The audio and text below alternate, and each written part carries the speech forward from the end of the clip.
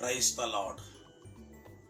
கிறிஸ்துவுக்குள் எனக்கு மிகவும் பிரியமான என் அன்பு சகோதர சகோதரிகளே, ஆண்டவராகிய இயேசு கிறிஸ்துவின் நாமத்தினாலே உங்களுக்கு மிகுந்த சமாதானம் உண்டாவதாக என்று நான் உங்களை வாழ்த்துகிறேன்.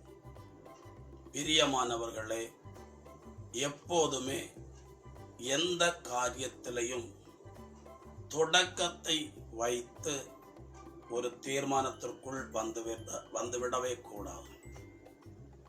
எந்த காரியமாக இருந்தாலும் பொறுமையோடு கூட அதன் முடிவு வரைக்கும் காத்திருப்பது மிகுந்த ஆதாயத்தையும் மிகுந்த பலனையும் நன்மையையும் நமக்கு கொண்டு வரும்.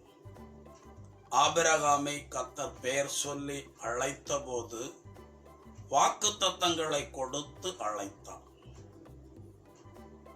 75வது வயசுல கர்த்தரிடத்திலிருந்து வாக்குத்தத்தத்தை பெற்றுக்கொண்ட மனுஷன் தொடக்கத்திலேயே இடரல் அடையவில்லை.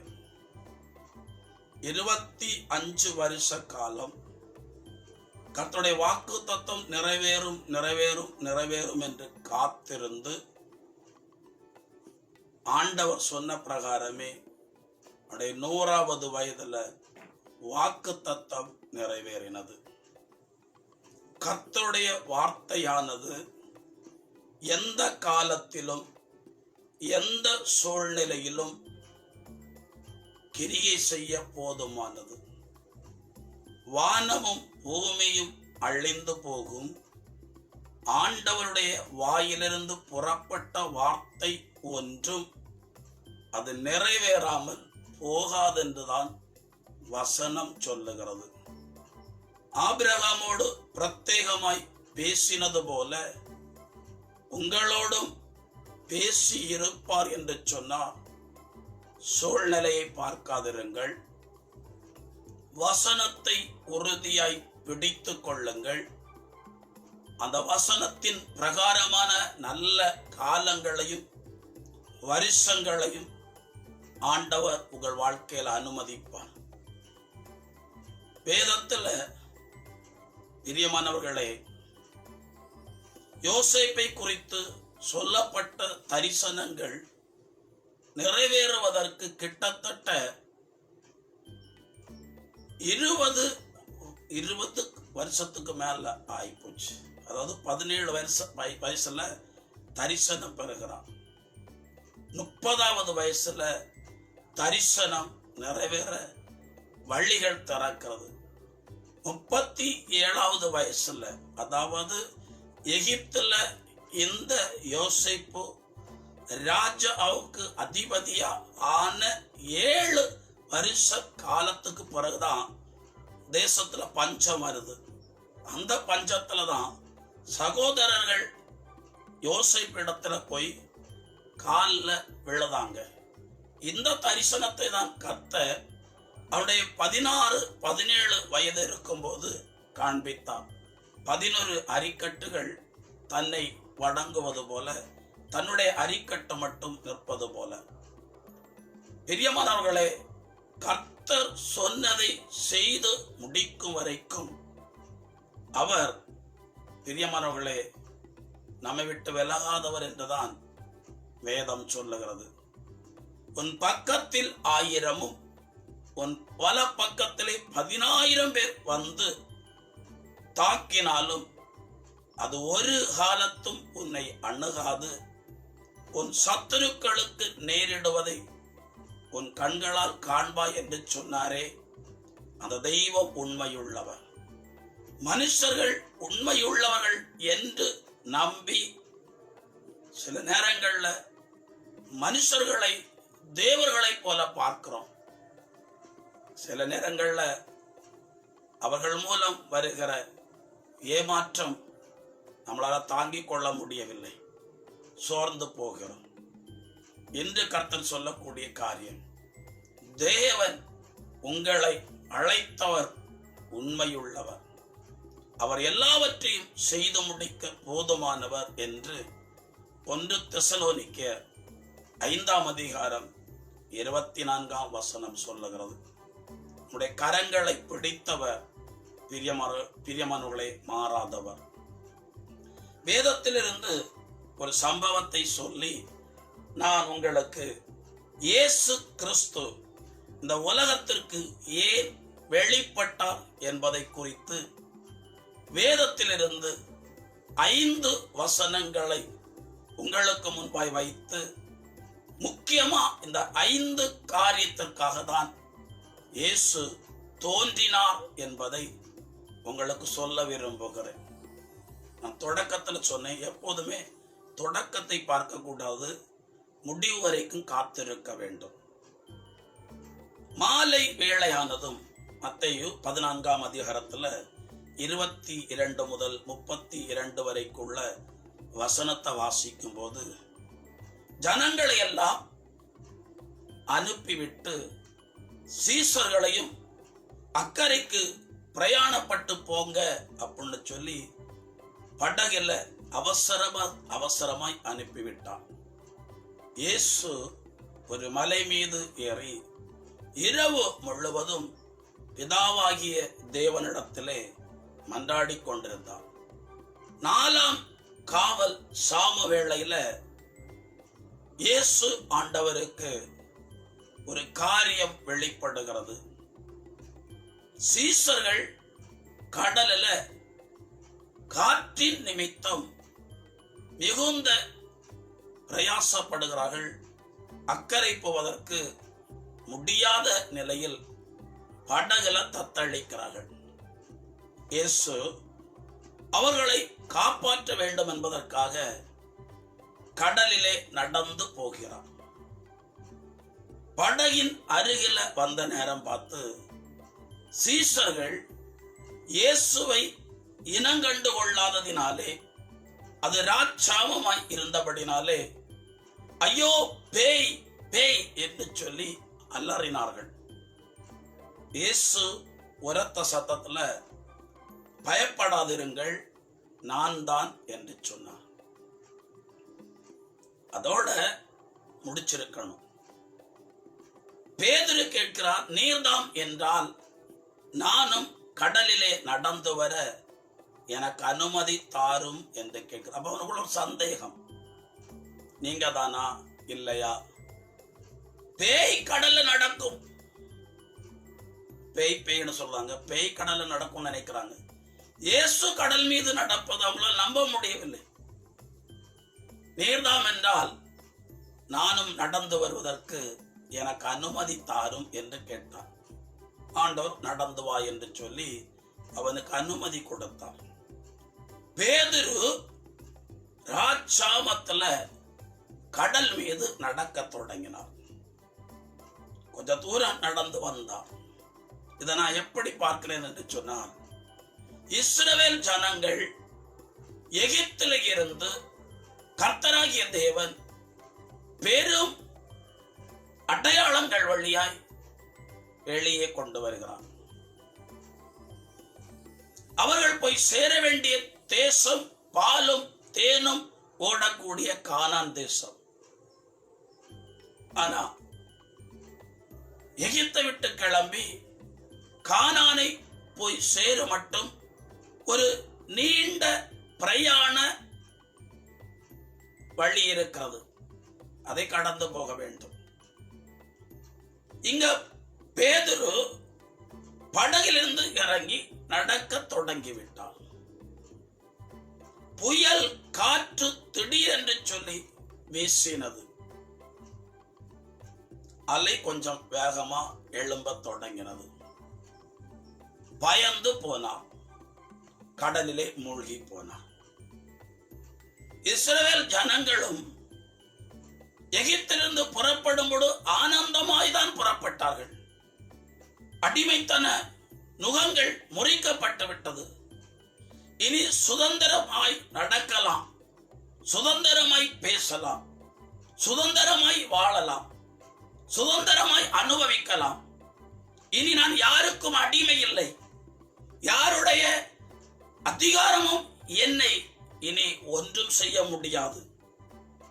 நான் யாருக்கும் இனி அடிமை அல்ல, யாரும் என்னை அடிமைப்படுத்தவும் முடியாது. அந்த அடிமைத்தன நுகத்திலிருந்து கர்த்தராகிய தேவன் எங்களை விடுவித்து விட்டார். சந்தோஷமா தான் வந்தாங்க.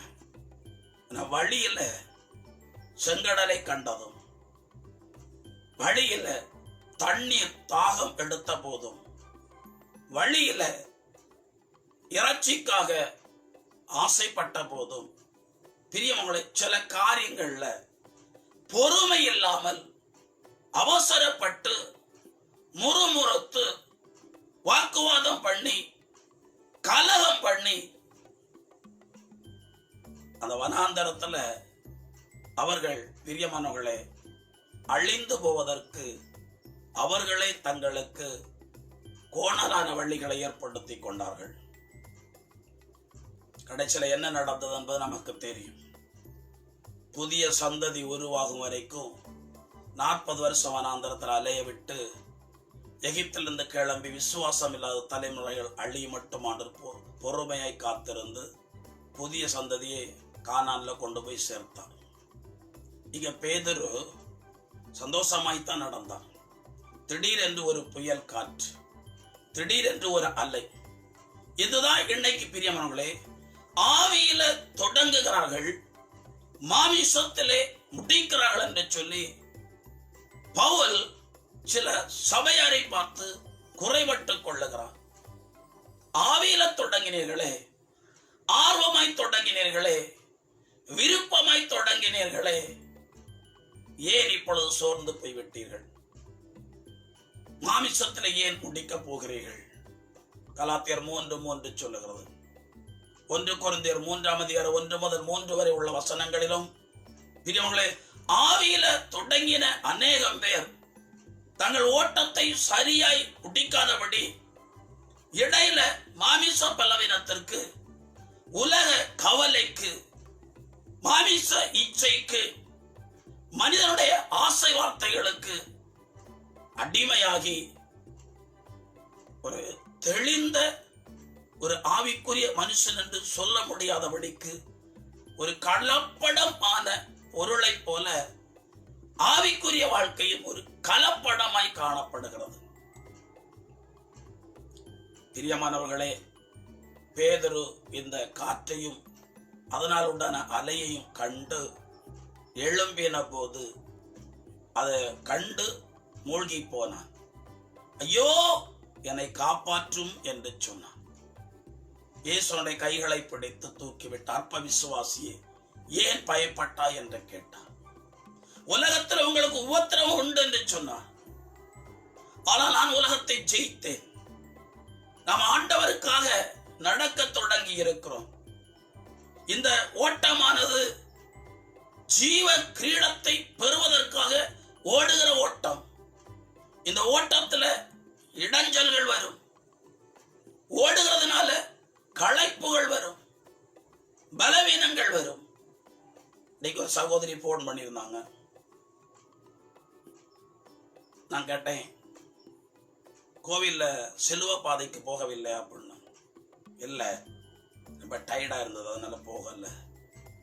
என்ன டயர்ட் அப்படின்னு கேட்டா, சபையில 4 மணி நேரம் ஆராதனை இருந்திருக்கு, அதுக்கப்புறம் போக வர டிராவல் பண்ண, அதனால கொஞ்சம் களைப்பா இருந்தது, அதனால நான் போகல அப்படின்னாங்க. இது ஒரு வித சோர்வு, ஒரு வித களைப்பு. ஆனால் சில பிரியமானவர்களே, எவ்வளவுதான் வசனத்தை கேட்டாலும் கூட சில நேரங்கள்ல காற்று பலமா அடிக்கும் போது, அல்லது புயல் பலமா வீசும் போது, அது மழை மேகம் வந்து பலமா மோதும் போது, அஸ்திவாரத்துல வீடு இல்லை என்று சொன்னா எப்படி விழுந்து போகுமோ அதுபோல நல்லாதான் முன்னேறி போய் கொண்டிருப்பார்கள். கலாத்தியர்ல அதனாலதான் பவுல் கேட்பார், நன்றாகத்தானே முன்னேறி கொண்டு வந்தீர்கள், நீங்கள் பூரணமாய் ஓட்டத்தை முடிக்காதபடிக்கு உங்களை வழியில தடை செய்தவன் யார்? பின்வாங்கி போனவங்களை, தொடக்கத்துல ஜொலித்தது போல ஜொலிக்காதவங்களை, ஆரம்ப காலத்துல ஆவிக்குரிய கனிகள் கொடுத்த விதத்துல இப்ப கொடுக்காம இருக்கும் போது, ஆவியாண்டே வரங்கள் மூலமாய் பல கிரியைகளை ஜனங்கள் நடுவில் வெளிப்படுத்தி இப்ப அதுல ஒன்றுமில்லாத அளவுக்கு பெயரளவுல நிற்கிற ஒரு மனுஷனாய் காணப்பட்டா அவனை பார்த்துதான் கேட்கிற, நன்றாத்தானே ஓடினீர்கள், ஏன் இப்பொழுது உங்களால் ஓட முடியவில்லை என்று சொல்லி. பேதுரு படகிலிருந்து இறங்கி கடல்ல நடக்கிறது சவாலான ஒரு வாழ்க்கை. கிறிஸ்தவ வாழ்க்கை என்பது ஒரு சவாலான வாழ்க்கை தான். பாவத்துக்கு எதிராக நிற்பது ஒரு சவால் தான். உலகத்திற்கு எதிராக நிற்பது ஒரு சவால். மாமிச இச்சைக்கு எதிராக நிற்பதே ஒரு பெரிய சவாலான காரியம். ஆனால் இவைகளிலே ஜெயிக்க கர்த்தர் நமக்கு பலன் கொடுக்கிறார். அந்த பலனை நாம் தரித்து கொள்ளாம இருப்பதுதான் வேடிக்கையான காரியமாக இருக்கிறது. பேதுரு ஒரு காற்றை கண்டு அதனால எழும்பின கடல் அலையை கண்டு பேதுரு பயந்தான், அதனாலே மூழ்கி போனான். ஆண்டவர் நமக்கு கோழை உள்ளத்தை அருளவில்லை என்று சொல்லி 2 தீமோத்தேயு 1:6-7 சொல்லுகிறது. அவர் தெளிந்த புத்தி, ஞானம், அன்பு, விவேகம் என்கிற பலமுள்ள ஆவியை கொடுத்திருக்கிறார். எதை கண்டு பயப்பட வேண்டியதில்லை, யாரை கண்டு பயப்பட வேண்டியதில்லை. சிங்கத்தின் மீதும் வீரியன் பாம்பின் மீது நடந்து பால சிங்கத்தையும் வலு சர்ப்பத்தையும் நீ மிதித்து போடுவாய் என்றுதான் கர்த்தர் நமக்குள் வைத்த பலனை வைத்து நமக்கு பிரியமர்களே உற்சாகமூட்டி சொல்லுகிறான். இந்த உலகத்தில் எதையும் மேற்கொள்ள நமக்கு தேவன் பலன் கொடுத்திருக்கிறார். நமக்குள்ள ஒரு பலனாய் இருக்கிறார். அல்லேலூயா. பேதுரு மூழ்கி போன போது இயேசு அவனை கடிந்து கொண்டான். நடந்து வந்தவன் ஏன் மூழ்கி போனான்? அவன் சூழ்நிலையை பார்த்தான், எதிரானவைகளை பார்த்தான். வேதம் சொல்லுகிறது, நாம் கண்ணுக்கு முன்னால கிறிஸ்துவை வைத்திருப்போம் என்று சொன்னால், விசுவாசத்தை தொடங்கிறவரும் அதை முடிக்கிறவருமான இயேசு கிறிஸ்துவின் மீது உங்கள் கண்களும் உங்கள் இருதயமும் நோக்கமாக இருக்கும் என்று சொன்னால் நீங்கள் இடரமாட்டீர்கள் என்று சொல்லி வேதம் சொல்லுகிறது. அவன் இயேசுவின் கட்டளையின்படி நடந்தபோது மூழ்கி போகவில்லை. இயேசுவை பார்த்த வரைக்கும் அவன் கடல் மீது நடந்தான். எப்போது கடல் அலை எழும்புகிறதே என்று சொல்லி அதை நோக்கி பார்த்தானோ, நாம் எதை பெரிதுபடுத்துகிறோமோ, நாம் யாரை பெரிதுபடுத்துகிறோமோ அதன் பிரகாரமான நன்மையைத்தான் நாம் சுவைக்க முடியும். எல்லா காலத்திலும் எந்த சூழ்நிலையிலும் கர்த்தராகிய தேவனை கண்ணு முன்னால வச்சு நீங்க பெரிதுபடுத்தி பேசி உணர்ந்து விசுவாசத்தோடு கூட காணப்படவில்லை என்று சொன்னா கிறிஸ்துவினால் உண்டாகிற மகிமையை காண்பீர்கள். அதற்கு பதில் சூழ்நிலையால் உண்டாகிற சில மாற்றங்கள், இவைகளையே பார்த்து பெரிதுபடுத்தி அப்படியாக விடுமோ இப்படியாக விடுமோ என்று நினைத்தால் அப்படித்தான் ஆகும். நம்முடைய விசுவாசத்தின்படி நமக்கு நடக்கும். அதனால சங்கீதக்காரன் தாவீது தெளிவாய் சொல்ல, மரண இருளின் பள்ளத்தாக்கில் நான் நடக்க நேரிட்டாலும் பொல்லாப்பான ஒன்றுக்கு நான் பயப்பட மாட்டேன். ஏனெனில் தேவரே நீர் என்னோடு இருக்கிறேன், உமது கைத்தடியும் கோலும், அதாவது நீர் கொடுத்த வாக்கு தத்தங்களும் நீர் எழுதி வைத்திருக்கிற வசனங்களும் என்னை தேற்றும், என்னை காக்கும் என்று சொல்லி சங்கீதம் 23:4 சொல்லுகிறார். அது மட்டுமா, கடைசியில சொல்லுகிறார், என் வாழ்நாள் முழுவதும் நன்மையும் கிருபையும் என்னை பின்தொடரும். நாம் எதை அறிக்கையிடுகிறோமோ அதுவே நம்முடைய வாழ்க்கையில பிரியமங்களை வந்து சம்பவிக்கும் என்று வேதம் சொல்லுகிறது.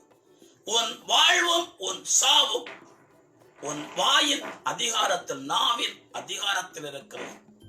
நீ எதை சொல்லுகிறாயோ அதன் பலனை துய்ப்பாய் என்று சொல்லிதான் பிரியமானவர்களே நீதிமொழிகள் 18:18-19 சொல்லுகிறது. பேதுரு மூழ்கி போக பேதுரு தான் காரணம். பேதுரு நடக்க பேதுரு தான் காரணம்.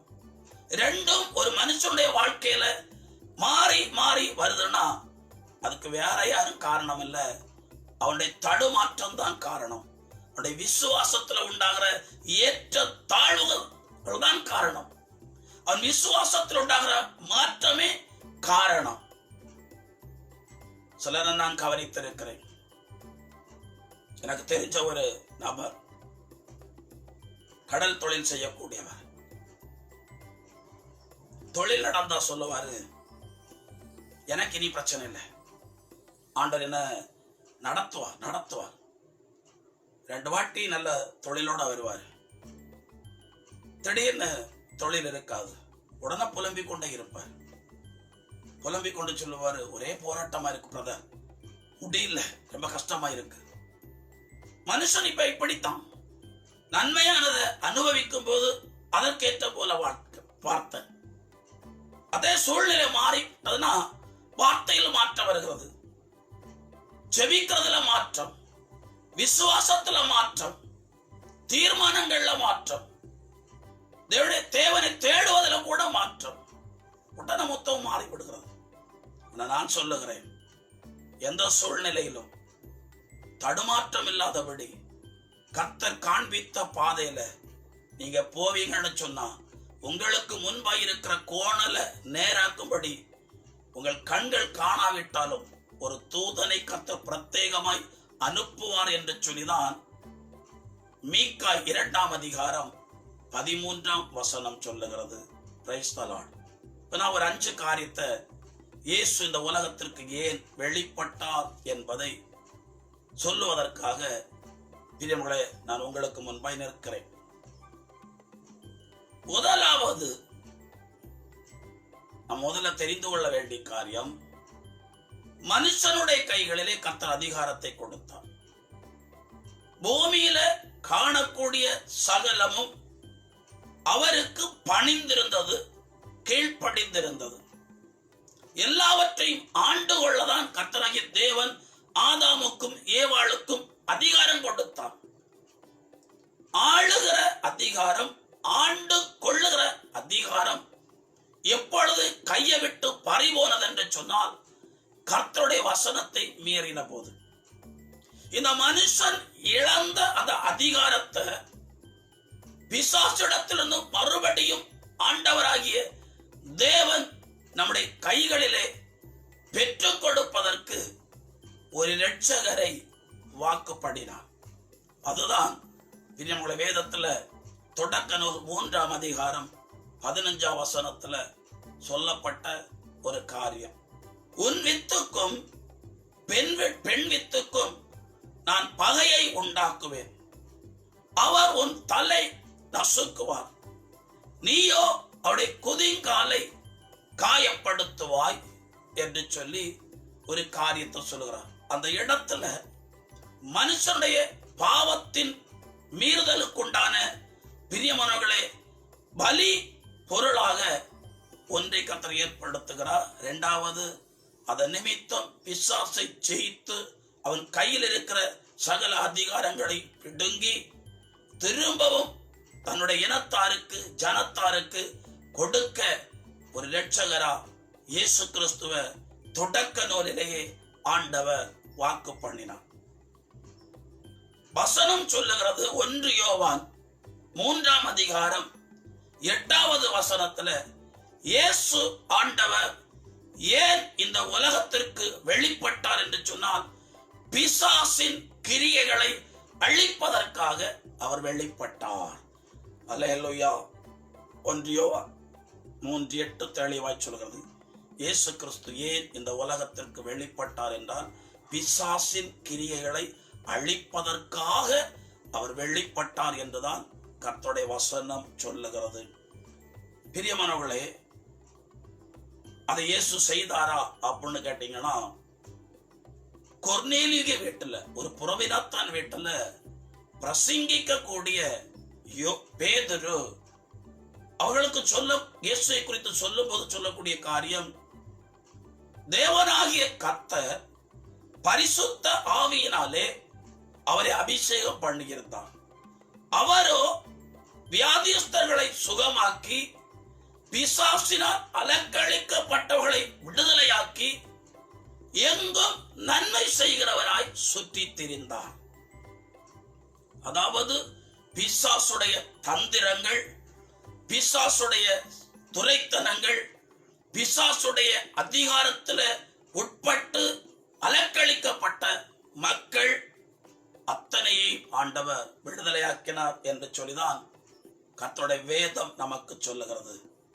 லூக்கா 10ஆம் அதிகாரம் 17ஆம் வசனத்துல 2 பேரா கிராமங்களுக்கு சுவிசேஷம் அறிவிக்க போன 72 சீசர்கள் திரும்ப வராங்க. 36 குரூப்பா திரும்ப வராங்க, 2 பேரா. இந்த இடத்துல ஆண்டவர் அப்போஸ்தலரை அனுப்பவில்லை, சீசர்களை அனுப்பினார். இந்த சீசர்கள் வந்து சொல்லக்கூடிய காரியம், ஆண்டவரே, உம்முடைய நாமத்தை நாங்கள் சொன்ன போது பிசாசுகள் ஜனங்களுடைய சரீரங்களை விட்டு அலறி அடித்து கொண்டு ஓடினது. இந்த அதிகாரத்தை இயேசு சீசர்களுக்கு கொடுத்தார். இயேசு முதல்ல பிசாசை அலக்களித்தார், பிசாசை அழித்தார். இரண்டாவது, அவருடைய நாமத்தினால் விசுவாசம் உள்ளவர்கள் அவருடைய நாமத்தினாலே பிசாசுகளை துரத்துவார்கள் என்று சொல்லிதான் மார்க் 16ஆம் அதிகாரம் 17வது வசனத்திலே சொல்லுகிறான். மார்க் 5ஆம் அதிகாரத்தை நம்ம வாசிக்கும் போது, ஒரு கல்லறையில ஒரு வாலிபன் தன் வாழ்நாள் முழுவதும் பிசாசினால் அலக்களிக்கப்பட்டு குடியிருந்தான். அவனுக்குள்ள 1 அல்ல 2 அல்ல 6000 பிசாசுகள் அவனுக்குள்ள இருந்து அவனை அலக்களிக்கிறது. சங்கிலினால் கூட கட்ட முடியாதான். சங்கிலினால் கட்டினால் கூட அவன் பலத்தை உபயோகிக்கும் போது சங்கிலி பொட்டி தெறிக்குமா. பவுலும் சீலாவும் பாடி துதித்த போது பொட்டி தரித்த சங்கிலி இங்க ஒரு பிசாசினால ஒரு மனுஷனை கட்ட முடியாம பொட்டி தெரிகிறது. அந்த அளவு பிசாசு அந்த மனுஷனுக்குள்ள இருந்து அலக்களிக்கிறது. அந்த வழியா யாரும் போகவே முடியாது. போனா அகோரமா அந்த ஜனங்களுக்கு காணப்படுவார். 2 ஜனங்களை துன்புறுத்துவார். ஜனங்களுடைய பயணங்களுக்கு இடைஞ்சலா இருப்பார். இப்ப இயேசு அந்த இடத்துல வந்ததும் தனக்குள்ள இருக்கிற அந்த அதிகாரத்தோடு கூட அவர் அந்த பிசாசுக்கு கட்டளை கொடுத்த போது 6000 பிசாசுகள் சொல்லக்கூடியது, எங்களை தொலைக்கவா வந்தீர்? ஆம், ஆண்டவர் தொலைக்க தான் வந்தார். பிசாசின் கிரியைகளை அழிக்க வந்தார். அடை துரைத்தனங்களை சிலுவைக்கு பின்னாலே ஆணி வைத்து அறைய வந்தார். அடை தந்திரங்களிலே விழுந்து கிடக்கிறவளை விடுதலையாக்கி அடை தந்திரங்கள் இன்னது என்று சொல்லி நாம் அறிந்து கொண்டு பிசாசின் தந்திரங்களுக்கு எதிர்த்து நிற்க அவன் நம்மை பயன்படுத்த வந்தான். வேதத்துல லூக்கா 13ஆம் அதிகாரத்தை நம்ம வாசிக்கும் போது, பிரியமானவர்களே, ஒரு பெண் வயதானவங்க ஆனா நிமிர முடியாத கூனியாக இருந்தார்கள். 18 வருஷமா அவங்க நிமிர முடியாத ஒரு கூனியா இருந்தாங்க. ஆனா அந்த அம்மா அடிக்கடி தேவ சமூகத்துல வந்து தேவனை பணிந்து கொண்டு தொழுது கொண்டு போகும். இயேசு அன்றைக்கு கவனிக்கும் போதும் இந்த ஆலயத்துல வந்து அந்த வயதான பெண், நிமிர முடியாத கூனி, நிமிர்ந்து தேவனை நோக்க முடியாத அளவுக்கு கூனியா இருந்தவர் ஆண்டவரை தொழுது கொண்டார்கள். இதை கண்டதும் இந்த பெண்ணுக்குள்ள ஒரு நரம்போ எலும்போ பிரச்சனை அல்ல. இது பிசாசு ரகசியமாய் முதுகெலும்பை தொட்டு அதை வளைத்து வைத்து கூழ்விழ பண்ணி இருக்கிறான். இந்த விஷயம் தெரியாம எலும்பு டாக்டரையும் நரம்பு டாக்டரையும் பார்த்து கொண்டே இருக்கிறாங்க. எல்லாருடைய பார்வைக்கும் இந்த பெண்ணுடைய எலும்பு தேய்ந்து போனது. முதுகெலும்புல ஏதோ பிரச்சனை, முதுகெலும்புல பலன் இல்லை, டிஸ்க்ல ஏதோ கம்ப்ளைண்ட். இன்னைக்கு நம்மள நிறைய பேரை படித்தான். டிஸ்க் கம்ப்ளைண்ட், முதுகு தண்டு கம்ப்ளைண்ட், கை கால் நரம்புல எலும்புல தேய்வு அப்படின்னு சொல்லி சின்ன பலவீனத்து நிமித்தம் நம்ம மருத்துவரை போய் பார்த்து மருத்துவர் சொன்னோன்னு அதையே நம்பி லட்ச லட்சமா அவனிடத்துல கொண்டு போய் கொண்டிருக்கிறோம். வேதம் சொல்லுகிறது சில தீமைகளுக்கு பின்னால சில ஆவிகள் இருக்கிறது. சில தீமைகளுக்கு பின்னால பலமாய் பிசாசின் ஆவிகள் அலக்களிக்கிறது. நம்ம புரிந்து கொள்வதில்லை. வேதம் சொல்லுகிறது பிரியமானவர்களே, இயேசு மற்றவர்கள் இதுவரைக்கும் செய்யாத ஒரு காரியத்தை செய்கிறார். அந்த அம்மாவை தன்னுடைய அருகிலே அழைத்து 18 ஆண்டுகளாய் இந்த பெண்மணியை பிசாசு கட்டி வைத்திருக்கிறார். இந்த கட்டை நான் உடைப்பேன் என்று சொல்லி பிசாசை கடிந்து கொண்டான். அடுத்த செகண்ட்ல அந்த பெண் நிமிர்ந்து நின்று கர்த்தரை துதித்தார். கூனு மாறி போச்சு. அதாவது ஆவியை இனங்கண்டு துரத்தும் போது வெட்கப்பட்டு போவான். வாலிபனை பார்த்து வாலிபனுக்குள்ள இருக்கிற பிசாசின் ஆவியை கடிந்து கொண்ட போது எங்களை தொலைக்கவா வந்தீர் என்று கேட்ட அத்தனை ஆவிகளும் கிட்டத்தட்ட 6000 அசுத்த ஆவிகள் அவனுக்குள்ள இருந்து வெளியேறி போனது. அவன் தெளிவு பெற்றான்.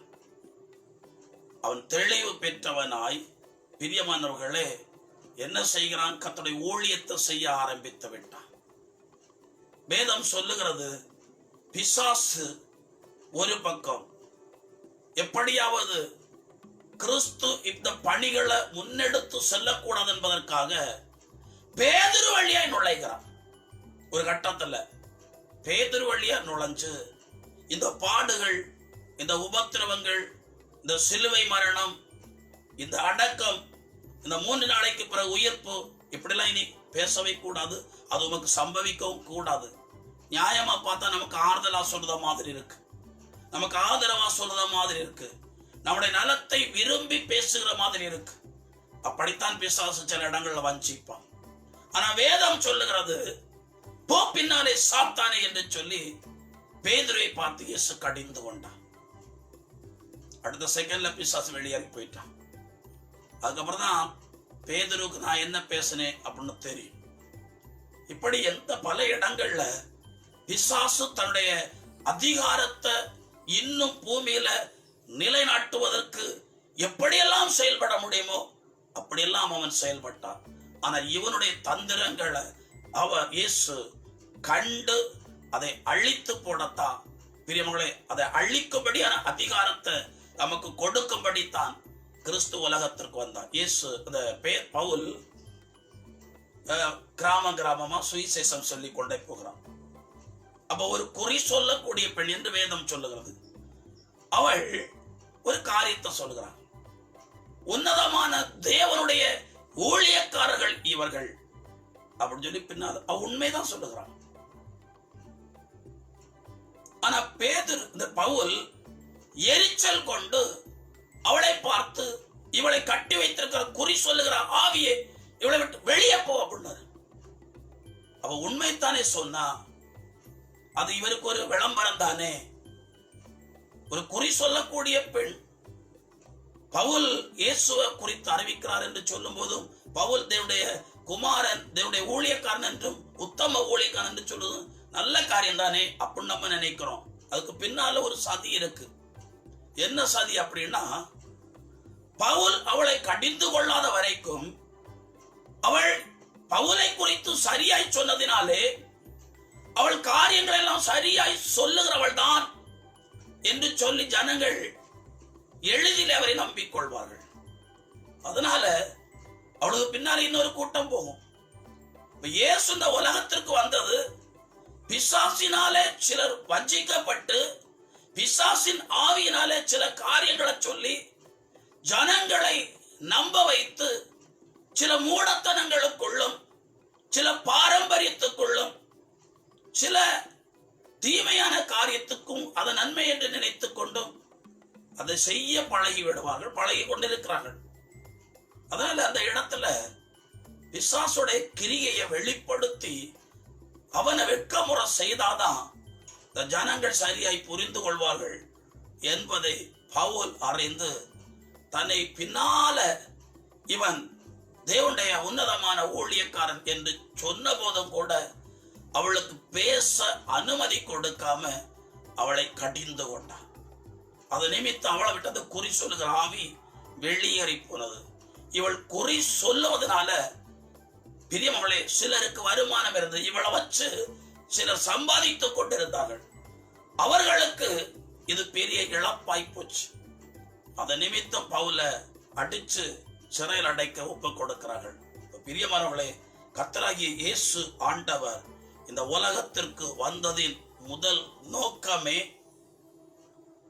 பிசாசின் கிரியைகளையும் அவனுடைய துரைத்தனங்களையும் அவனுடைய தந்திரங்களையும் அழித்து போடத்தான் அவர் தோன்றினார். இன்று வரைக்கும் கர்த்தராகிய இயேசு கிறிஸ்துவின் நாமத்தை விசுவாசித்தவர்களும் பரிசுத்தாவினால் அபிஷேகம் பண்ணப்பட்டு சுவிசேஷ ஊழியத்தை செய்கிறவர்களும் பிசாசை பலமாய் தாக்கி, அதாவது பிசாசின் கிரியைகளை அழித்து ஜனங்களை விடுதலையாக்கி கொண்டிருக்கிறார்கள். காரணம், கர்த்தருடைய வேலையே பிசாசின் கிரியைகளை அழிப்பது. பிசாசின் கிரியைக்குள்ள இருக்கிற, அவனுடைய ஆளுகைக்குள்ள இருக்கிற ஜனங்களை விடுதலையாப்பது. எனக்கு நிறைய அனுபவம் இருக்கு. நான் ஒரு அனுபவத்தை சொல்லுகிறேன். ஒரு முறை நான் அடிக்கடி போகக்கூடிய ஒரு வீட்டில இருந்து உடனே வாருங்கன்னு சொல்லி கொஞ்சம் அவசரமா கூப்பிட்டாங்க. என்ன அவசரமா கூப்பிடுதாங்களே அப்படின்னு சொல்லி நான் போனேன். போகும்போது அந்த வீட்டு தலைவன் வீட்டு வராந்தாவில் கையில பீடி வைத்து அப்படி புகைத்து கொண்டு வேட்டியை மடக்கி கட்டி கொண்டு அப்படி நிற்கிறாரு. இதுவரைக்கும் அந்த வீட்டுக்கு போகும்போது அவர் இப்படி நடந்து கொண்டதே இல்லை. என்னை கண்டும் காணாதவரை போல அப்படியே ஒரு மாதிரி பார்த்து கொண்டே நிற்கிறாரு. எனக்கு உடனே நோய் மனசிலாகி போச்சு. ஏதோ சம்திங் அவருக்குள்ள பிரச்சனை இருக்கு அப்படின்னு சொல்லி வீட்டுக்குள்ள போனேன். என்ன பிரச்சனை அப்படின்னு கேட்டேன். நல்லா தான் இருந்தார் இந்த மனுஷன். வேலை முடிஞ்சு வந்து இரவு உணவு தயார் பண்ணுவதற்கு சில பொருட்களை வாங்க சந்தைக்கு போனாரு. போய் வந்தவருடைய நடவடிக்கைகள் எல்லாம் கொஞ்சம் வித்தியாசமாக இருக்கு, அதான் உங்களை கூப்பிட்டேன் அப்படின்னு சொன்னாங்க. சரி, இங்க வாங்க அப்படின்னு கூப்பிட்டா அப்படிலாம் வர முடியாது அப்படின்னு சொல்லுதாரு. அப்ப எனக்கு கன்ஃபார்ம் ஆயிடுச்சு, இவர் பேசல. இவர் பேசின எப்படி பேசவே மாட்டாரு. எனக்கு கன்ஃபார்ம் ஆகி போச்சு, ஏதோ சம்திங் அவருக்குள்ள இருந்து கிரிகை செய்கிறது. நான் கொஞ்சம் அதட்டி கூப்பிட்ட போது என்னை பக்கத்துல வந்தாப்ல.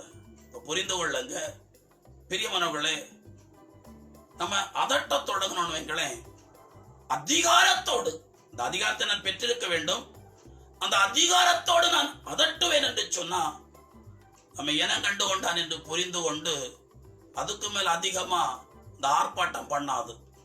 அப்ப எனக்கு முன்னால வந்த உடனே முழங்கால இருக்க சொன்னேன். முழங்கால இருக்க முடியாத அப்படின்னாரு. இயேசு நாமத்துல சொல்லுகிறேன், முழங்கால இருங்க அப்படின்னு. உடனே முழங்கால இருந்தாரு.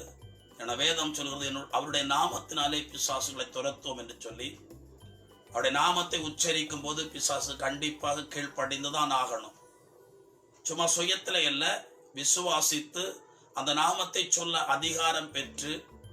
ஏன்னா அந்த நாமத்தை அதிகாரம் இல்லாம வெறும் நாமத்தை சொன்ன இடத்துல ஒரு குருவின் 7 பிள்ளைகள் பிசாசினால் அலக்களிக்கப்பட்ட மனுஷனாலே துரத்தப்பட்டு வஸ்திரம் இல்லாமல் ஒரு அறையிலிருந்து வெளியேறி போனார்கள் என்று சொல்லி இந்த திருத்துதல் பணியில நம்ம பார்க்கலாம். அதனால அதுக்கென்று பிரியமானவர்களே கிருபைகள் உண்டு, அதுக்கென்று சொல்லி ஒரு அபிஷேகம் உண்டு.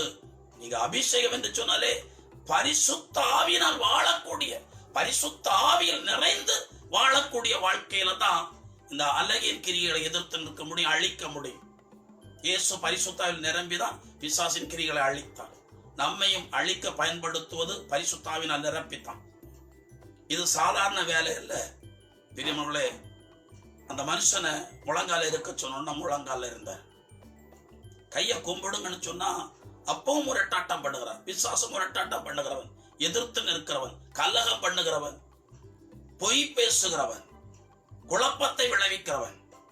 இப்படி எங்கேயாவது நடந்தா நல்லா இருந்த மனுஷன் குழப்பத்துக்கு காரணமா இருக்கிறன்னா நீங்க புரிஞ்சோட ஏதோ சம்திங் அவனுக்குள்ள இருக்கு அப்படின்னு சொல்லி கைய கும்பிட சொல்லி கொஞ்சம் கூட அதட்டினோன்னா கையை கும்பிட்டாரு. தலை மேல கைய வச்சிருந்து ஆண்டுடைய நாமத்தினால அலக்களிக்கிற ஆவிகளுடைய சரத்தை விட்டு போகணும் அப்படின்னு சொல்லி கட்டளை கொடுத்து ஜெபித்த சில நிமிடங்களுக்குள்ள அவர் தெளிவு பெற்றார். தெளிவு பெற்று பிரியமானவர்களே எழும்பி எப்ப வந்தீங்க அப்படின்னு கேட்கிறாரு. புரிஞ்சதா? எப்ப வந்தீங்க? நான் வந்தது ஒரு 10 நிமிஷம் ஆயாச்சு. என்னை பார்த்த மனுஷன் தான். அப்ப வாங்க வீட்டுக்குள்ள உட்காருங்க அப்படின்னு சொல்லாதவர் இப்ப தெளிவு பெற்று விட்டவர் எப்ப வந்தீங்க அப்படின்னு கேட்கிறாரு. அப்படி ஒரு விடுதலைய இதுவரை பல இடங்கள்ல நான் பார்த்திருக்கிறேன். நான் சொல்ல வரக்கூடியது, இப்படிப்பட்ட பிசாசினால் அலக்களிக்கிற மக்களை விடுதலையாக்கி அவர்களை சரியான பாதையில சத்தியத்துக்கு நேராய் நடத்தவே தேவனுடைய குமாரனாகி இயேசு கிறிஸ்து இந்த உலகத்துக்கு வெளிப்பட்டார். மீண்டும் ஒரு சம்பவம் ஞாபகத்துக்கு வருகிறது, சொல்லுகிறேன். ஒரு ராத்திரி நேரம் அடு இரவுல ஒரு மனுஷனை சங்கிலியோடு கூட நம்முடைய சபைக்கு கட்டி கொண்டு வந்தார்கள். ஆளை பார்க்கும்போது என்னை விட இன்னும் ஒரு அடி, ஒரு என்ன போல இன்னும் ஒரு முழம், என்ன போல இன்னும் ஒரு அளவு நீளம், ஹைட்டும் வெயிட்டும் எப்படி ஒரு 100-150 கிலோ இருப்பாரு வெயிட். ஒரு அடக்கி பிடிக்கவே முடியாது. சங்கிலியில கட்டி கொண்டு வந்திருக்கிறார். என்ன பிரச்சனை? பயங்கரமான ஒரு அசுத்தாவி அவனுக்குள்ள இருந்து அலக்களிக்கிறது. நாங்க 3 சகோதரர்கள் சேர்ந்து அந்த ஆவிகள் வெளியேற நாங்க ஜெபிக்கிறோம். ஒரு 10 நிமிஷத்துக்குள்ள அந்த மனுஷன் ஃபாதர் பெர்க்மான்ஸ் அவர்களுடைய பாடல்களை பாட தொடங்கிட்டார். இந்த பாட்டை கேட்ட உடனே எங்களுக்குள்ள இருந்தவர்கள் அவனை விட்டு அசுத்தாவி வெளியேறி போயாச்சு, அவன் விடுதலை பெற்று விட்டான் என்று சொல்லி ஒரு தீர்மானத்திற்குள் வந்து விட்டார்கள். யாரையும் குறை சொல்வதற்கு இல்ல, சில இடங்கள்ல சில காரியங்கள் இப்படி மறைக்கப்படும். நம்ப தக்கதான நிலைக்கு நடத்தும். நம்ம நம்பக்கூடிய அளவுக்கு நடந்து கொள்ளும். அவன் தந்திரம் உள்ளவன். அப்போ ஆனா எனக்குள்ள சரியான ஒரு முடிவெடுக்க முடியாத ஒரு நிலை. நம்பவும் முடியல. போயிருச்சா போகலையா, போன மாதிரி தெரியலையே, அவன் வஞ்சிக்கிறவனாச்சு, அவன் பொய்யன், பொய்க்கு பிதா என்று சொல்லி பிசாசை குறித்து வேதம் சொல்கிறது. நடிப்புல அவன் மகா உலக நடிப்பு நடிக்கக்கூடியவன். எல்லாமே அவன் நல்லது போல செய்கிறவனை போல காண்பித்துக் கொள்வான். அவனிடத்துல பழுதே இல்லாதது போல காண்பித்துக் கொள்வான். இரவுல திரும்ப அறைக்கு வந்து கொஞ்சம் பாரத்தோட ஜபம் பண்ணி அப்படி படுத்துறங்கினேன். அப்பொழுது எனக்கு ஒரு சொப்பனம். இந்த சொப்பனத்துல சங்கிலினால் கட்டப்பட்டு வந்த அந்த மனுஷனும் நானுமா ஒரு செங்குத்தான மலையில ஏறிக்கொண்டிருக்கிறோம். நாங்க ஜெபித்து வந்த பிறகு அந்த பாடல் எல்லாம் பாட தொடங்கினால சங்கிலி எல்லாம் கட்டெல்லாம் ஊத்தாச்சு, எல்லாம் தேவத்து விட்டுட்டாங்க, அவன் விடுதலை ஆயிடுச்சு அப்படின்னு சொல்லிட்டு. அந்த சொப்பனத்துல நாங்க 2 பேரும் அப்படியே ஒரு மலை மேல, பெரிய செங்குத்தான மலை மேல ஏறி மலையின் உச்சிக்கு போய்விட்டோம். நானும் அவரை நம்பி விட்டேன். எதேச்சையாக நான் அந்த பக்கம் திரும்பும் போது என்னை தள்ளி விடுவதற்கென்று சொல்லி அந்த பெரிய செங்குத்தான பாறையிலிருந்து கீழே தள்ளி விடும்படி கைகளை என் மீது வைக்கிறான். நான் திரும்பி பார்க்கும்போது அவன் என்னை தள்ளிவிட முயற்சிப்பது எனக்கு தெரிந்தது. நான் கொஞ்சம் சுதாகரித்துக் கொண்டு அவனை தள்ளி விடுதேன். பாறையிலிருந்து கீழே விழுகிறார். என்னுடைய செவிகள்ல ஒரு சத்தம் எழுது, அவனுக்குள் இருக்கிறது லூசிபரின் ஆவி அப்படின்னு. லூசிபரின் ஆவி அப்படின்னு சொன்னா உடனே எனக்கு புரிந்து கொண்டது. அவன் பாட்டு பாடினான்னா அவன் காரணமா தான் பாட்டு பாடினான். ஏன்னா அவன் முதல்ல லூசிபருடைய வேலையே தேவனுடைய சமூகத்துல கொடான கொடி தேவதூர்களோடு சேர்ந்து தேவனை துதிக்கிற ஒரு ஸ்தானத்தில் லூசிபர் ஆரம்பத்திலே இருந்தான். அவன் பெருமை கொண்டு பிரியமானவர்களே தேவனை எதிர்த்ததினாலே அவன் அங்கிருந்து விண்ணகத்திலிருந்து தள்ளப்பட்டு பூமியிலே இருளடைந்தவனாய் சாத்தானாய் மாறி போய் விழுந்தான். அதனால அவனுக்கு முன்பே ஆராதனை பாடல் அவனுக்கு பழக்கப்பட்ட ஒரு காரியம். அதுல தேறினவன். அதனால அவன் எந்த இடத்துல வேண்டும்னாலும் பாடுவான். எனக்கு அது புரிந்து கொண்டேன், இது லூசிபருடைய ஆவி என்று சொல்லி. மறுநாள் அன்றைக்கு ஞாயிற்றுக்கிழமை சபையில ஆராதனை நடந்து கொண்டிருக்கிறது. இவர் விடுதலையாக்கப்பட்டார் என்று நாங்கள் நம்புகிறதுனால அந்த மனுஷனும் அவனுக்குள்ள இருக்கிற ஆவியும் நான் இவனை விட்டு வெளியேறி விட்டேன் என்று சொல்லி இவங்க நம்புறதுனால சீக்கிரத்தில் இந்த இடத்துல இருந்து என்ன விட்டு விடுவாங்க. புரிஞ்சதா? இந்த இடத்துல இருந்து என்ன ஊருக்கு அனுப்பி விட்டுருவாங்க. என்ன உள்ளதை பின்ன பார்க்கலாம் அப்படின்னு சொல்லி இந்த ஆவி அவனுக்குள்ள அடங்கி இருக்கு. நம்ம என்ன நினைக்கிறோம்? பாட்டு பாடணும், அதனால அவன் விடுதலை ஆயிடுச்சு, அவனை சீக்கிரமா விட வேண்டியதான் அப்படின்னு நம்ம நினைக்கிறோம். இப்ப எனக்கு கனவுல அவனுக்குள்ள அந்த ஆவி இருக்கு. அவன் பாடினா கூட அவன் சுயமா பாடல, அவனுக்குள்ள இருந்த அந்த ஆவி நடிக்குது. அதான் உண்மை. அதை நான் புரிந்து கொண்டதுனால நான் கொஞ்சம் கவனமா கூட அன்றைக்கு சபை ஆராதனையில பிரியமன்களே, நான் ஆராதனை நடத்தி கொண்டிருக்கும் போது பாட்டு பாடி கொண்டிருக்கும் போது ஜனங்கள் எல்லாம் சேர்ந்து பாடினார்கள். இந்த அசுத்தாவி பிடித்த மனுஷனும் எல்லாவரை போல நல்லா கை தட்டி வாதறந்து நான் பாடக்கூடிய பாடலை அவர் பாடிக்கொண்டே இருந்தார். நான் திடீர்னு பிரியமங்களே இந்த மியூசிக் சவுண்டை ஒன்று குறைச்சி வச்சுட்டு ஆராதனை நிப்பாட்டினேன். ஜனங்களெல்லாம் என்ன பார்த்து கொண்டிருக்கிறாங்க. நல்லா போய் கொண்டிருந்த ஆராதனை திடீர்னு ஆராதனை விட்டுட்டாரே என்ன அப்படின்னு சொல்லி பார்த்து கொண்டிருக்கிறாங்க. நான் அந்த மனுஷனை கை சூண்டி காட்டி இப்படி சொன்னேன், இந்த மனுஷன் பாடல் பாடுவதனால உங்களை போல கைதட்டி ஆண்டவரை துதிக்கிறதுனால நீங்கள் அவர் பரிசுத்தாவில நிரம்பியோ அல்லது அசுத்தாவிலிருந்து விடுதலை பெற்ற மனுஷனாய் ஆராதிக்கிறான் என்று நினைத்து யாரும் ஏமாந்து போக வேண்டாம். இந்த மனுஷனுக்குள்ள இப்ப இருக்கிறது லூசிபரின் ஆவி அப்படின்னு சொன்னேன் பாருங்க. அதுக்கப்புறம் அவர் கை தட்டவும் இல்லை, வாய் திறக்கவும் இல்லை. பிசாசின் தந்திரங்களையும் பிசாசின் கிரியைகளை அழிக்கும்படி தேவனுடைய குமாரன் இந்த உலகத்திற்கு வெளிப்பட்டான். அந்த வேலையைத்தான் அவர் தன்னுடைய பிள்ளைகள் செய்யும்படிக்கு அதிகாரத்தை கொடுத்து போனார். அந்த அதிகாரத்தை கொண்டுதான் இன்று வரைக்கும் பிசாசின் தந்திரங்களையும் கிரியைகளையும் தேவனுடைய ஊழியக்காரர்கள் அழித்துக் கொண்டிருக்கிறார்கள். சபைகள் அடிக்கடி பிசாசுகள் பிரியமானவர்களே அலக்களிக்கப்பட்டதாய் சிலர் வருவாங்க. 3 நாள் வச்சு எல்லாம் ஜெபம் பண்ணி ஒரு விடுதலையை அவங்களுக்கு பெற்றுக் கொடுக்கும் வரைக்கும் போராடி செபித்து அநேகம் பேர் விடுதலை பெற்று போயிருக்கிறார்கள். இயேசு எதற்காக இந்த உலகத்திற்கு வெளிப்பட்டார் என்றால் கர்த்தருடைய வசனம் சொல்கிறது, ஒன்றாவது பிசாசின் கிரியைகளை செயல்களை அழிக்கவே ஆண்டவர் இந்த உலகத்திற்கு வெளிப்பட்டார்.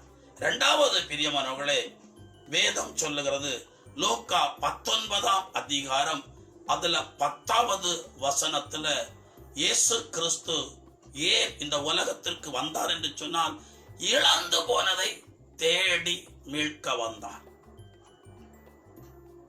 இழந்து போனதை வேதம் சொல்லுகிறது 100 ஆண்டுகள் இருந்தது, அதுல 1 ஆடு காணாமல் போனது. காணாமல் போன ஆட்டை தேடி நல்ல மேய்ப்பன் 99 ஆடுகளையும் வழியிலே விட்டுவிட்டு காணாமல் போன ஆட்டை தேடி போனாராம். அதை கண்டுபிடிக்க மட்டும் தேடினாராம். கண்டுபிடித்த போதோ அதை பிடித்து தன் தோள் மேல போட்டுக்கொண்டு 99 ஆடுகள் இருக்கிற அந்த இடத்துல கொண்டு வந்தாராம் என்று வேதம் சொல்லுகிறது. சமாதானத்தை இழந்தவர்கள் இன்றைக்கு அதிகம் பேர், நிம்மதியை இழந்தவர்கள் இன்றைக்கு அநேகம் பேர். சிலரெல்லாம் நான் பத்திரிகையில பார்ப்பதுண்டு. கொஞ்ச நாளைக்கு முன்னால கோயம்புத்தூர்ல கூட நடந்த ஒரு சம்பவம். கணவன் அட்டாக்குனால மரித்து போனார்.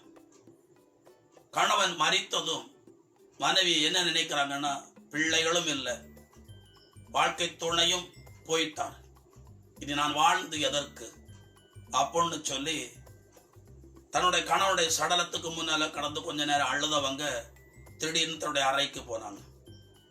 போனவங்க ஒரு அரை மணி நேரம் கழிச்சு திரும்பவும் தன்னுடைய கணவனுடைய அந்த உடலுக்கு முன்னால் இருந்து அழுது கொண்டு அப்படி விழுந்தாங்க. அவங்களை எழுப்பி பார்க்கும்போது வாயிலிருந்து நுர தள்ளி கொண்டிருக்கிறது. மருத்துவமனைக்கு கொண்டு போனாங்க. மருத்துவர் பரிசோதித்து விட்டு சொன்னாரு, வார வழியிலேயே உயிர் பிரிந்தாயிற்றுன்னு. என்ன அப்படின்னு கேட்டீங்கன்னா, இனி எனக்கு யார் இருக்கிறா? உதவி செய்ய யார் இருக்கிறா? என்னை நடத்துவதற்கு யார் இருக்கிறா? நான் நிர்கதியாகி விட்டேனே என்று சொல்லி நிம்மதி இழந்து, சமாதானம் இழந்து, சிலர் வாழ பிடிக்காம இந்த உலகத்தை விட்டு கடந்து போகிறாங்க. தாங்களாக முடிவெடுத்து தங்கள் உயிரை மாய்த்து கொள்கிறார்கள். ஆனா வேதம் சொல்கிறது, இப்படி சமாதானத்தை, நிம்மதியை இழந்தவர்களுக்கு தேவன் பிரியமானவர்களே சமாதானத்தை கொடுக்க, எதை இழந்தார்களோ அவர்கள் இழந்தவைகளை அவர்களுக்கு திரும்ப கொடுக்க அவளை தேடி வந்தார் என்று வேதம் சொல்லுகிறது. சக்கேயு எவ்வளவு ஆஸ்தி இருந்தது, ஆனா ஆண்டவரை தீவிரமா பார்க்கணும் அப்படின்னு சொல்லி ஒரு மரத்து மேல ஏறினான் என்று சொன்னார். அவனிடத்துல ஏதோ பிரியமானவர்களே இழந்த ஒரு நிலை காணப்பட்டது. இன்னைக்கு செய்திக்கு முன்னால ஒரு சகோதரி போன் பண்ணியிருந்தாங்க. என்ன சொன்னாங்க அப்படின்னா, ஒரு விதவை ஓகி புயல்ல கணவர் மரித்து போனார். 2 வாலிப பெண்களை வைத்துக் கொண்டு பிரியமானவர்களே அரசாங்கம் கொடுத்த ஒரு அந்த வேலையை வைத்து அந்த வருமானத்திலே பிள்ளைகளை படிக்க விட்டார்கள். அவள் படிக்க போகும்போதெல்லாம், வீட்டிலிருந்து புறப்பட்டு போகும்போதெல்லாம் ஜெபிக்க சொல்லி சில நேரங்களை நான் வீட்டுக்கு போய் ஜெபம் பண்ணி இந்த பிள்ளைகளை அனுப்பி வைப்பது வழக்கம். இந்த பிள்ளைகள் 2 பேரும் தகப்பனுடைய மரணத்தை அவங்களால ஏற்றுக்கொள்ளவே முடியல. அவ்வளவு பாதிப்போடு இருந்த பிள்ளைகள். அந்த 2 பிள்ளைகளுக்காக ஜெபிக்கும் போது இப்படி சொல்லுவது வழக்கம், ஆண்டவரே தகப்பன் இல்லாத பிள்ளைகள் இந்த 2 பேரும் படிச்சு முடிக்கும் போது இவங்களுக்கு நல்ல நல்ல வேலைகள் காத்திருக்க வேண்டும் என்று சொல்லி, கழிஞ்ச மாசத்துல மூத்த மகளுக்கு ஒரு பெரிய ஒரு ஆஸ்பத்திரியில நல்ல ஒரு வேலை வாய்ப்பு கிடைத்தது. படிச்சு முடிச்சு சர்டிபிகேட் கூட கையில கிடைக்கவே இல்லை. ஆனா செலக்ட் ஆயிட்டாங்க.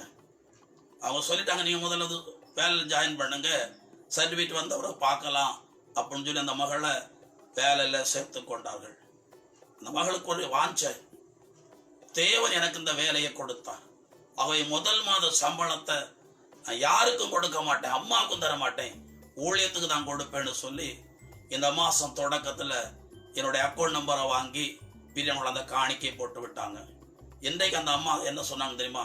தன்னுடைய 2வது மகள் படிப்பு முடிய போகுது, கேம்பஸ் இன்டர்வியூல செலக்ட் ஆகுறதுக்கு ஒரு வாய்ப்பு இருக்கு, எல்லாம் ஜெபிங்க, இந்த வேலை கிடைச்சதுன்னா வேலை பார்க்குற இடத்துலயே மேல் படிப்புக்கு வசதிகளை ஏற்படுத்தி தருவார்கள் என்று சொல்லியிருக்கிறாங்க. அதனால பிரதர்ட்ட சொல்லுங்க, ஜெபிங்க அப்படின்னு கேட்டுக்கொண்டார்கள். நான் விசுவாசிக்கிறேன், கர்த்தர் அந்த பிள்ளைக்கும் ஒரு எல்லையில கொண்டு போய் வைத்து உயர்த்துவார். காரணம், தேவன் நம்முடைய நடுவுல ஏன் கிரியை செய்கிறார் என்று சொன்னார், இழந்து போன சமாதானத்தை, இழந்து போன சந்தோஷத்தை, இழந்து போன மனமகிழ்ச்சியை, இழந்து போன நல்ல காலங்களை திரும்ப தருவதற்காகத்தான். எதை நாம் இழந்தோமோ அதை திரும்ப நாம் பெற்றுக்கொள்வதற்காக தேவன் நாம் இழந்தவைகளை மீண்டும் பெற்றுக்கொள்ள கிருபையாய் நம்மை நடத்தும்படி வந்திருக்கிறார். அதாவது ஆதாம் எதை இழந்தான் என்று சொன்னால், அதிகாரத்தை இழந்தான், ஆளுமையை இழந்தான், ஆளக்கூடிய அந்த கிருபையை இழந்தான். இன்றைக்கு கர்த்தராகிய தேவன் அதை சாத்தானுடைய கையிலிருந்து தன்னுடைய சிலுவை மரணத்தின் வழியாய் திரும்ப பெற்றுக்கொண்டான்.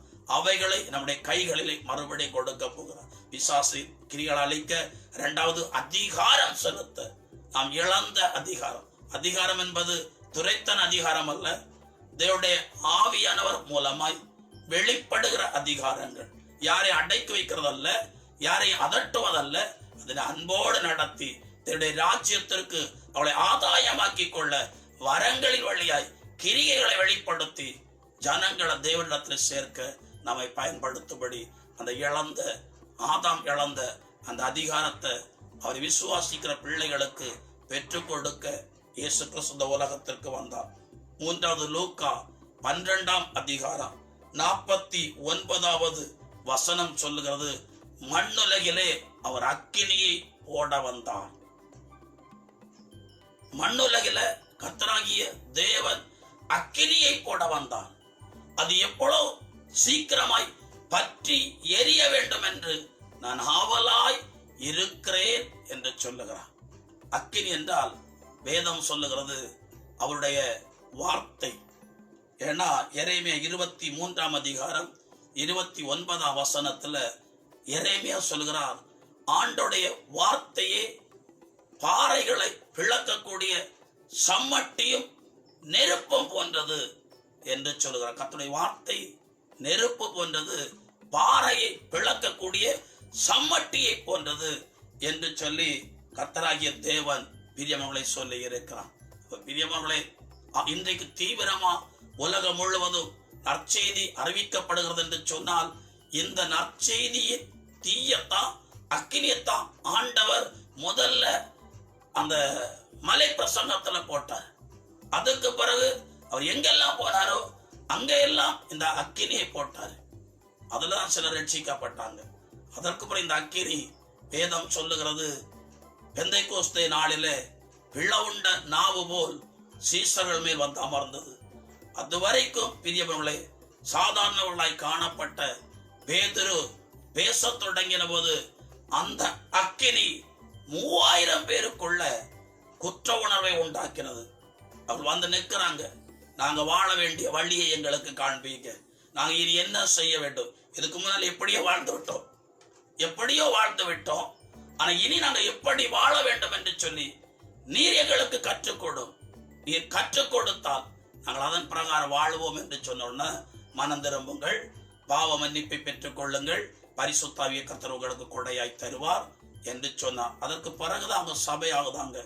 பிரியமர்களே, கர்த்தருடைய அக்கினி இந்த உலகத்துல எல்லா இடமும் இறங்க வேண்டும். இந்த அக்கினி இறங்கத்தான் பிரியமனவர்களே தேவனாகிய கர்த்தர் நம்முடைய நாவுகளை இப்பொழுது பயன்படுத்தி கொண்டிருக்கிறார். அதாவது கிறிஸ்து இந்த உலகத்துக்கு தோன்றது அக்கினியை போட, அதாவது ஜீவ வார்த்தைகளை ஜனங்களுக்குள்ள, ரட்சிப்பின் வார்த்தைகளை, சந்தோஷத்தின் வார்த்தைகளை ஜனங்களுக்குள்ள கொடுத்து, நம்பிக்கை இல்லாதவர்களுக்குள்ள ஒரு நம்பிக்கை ஏற்படுத்த, விசுவாசம் இல்லாதவர்களுக்குள்ள ஒரு விசுவாசத்தை ஏற்படுத்த, சமாதானம் இல்லாதவர்களுக்குள்ள ஒரு சமாதானத்தின் அக்கினியை பற்ற வைக்கும்படி இயேசு கிறிஸ்து இந்த உலகத்திற்கு வந்தார்.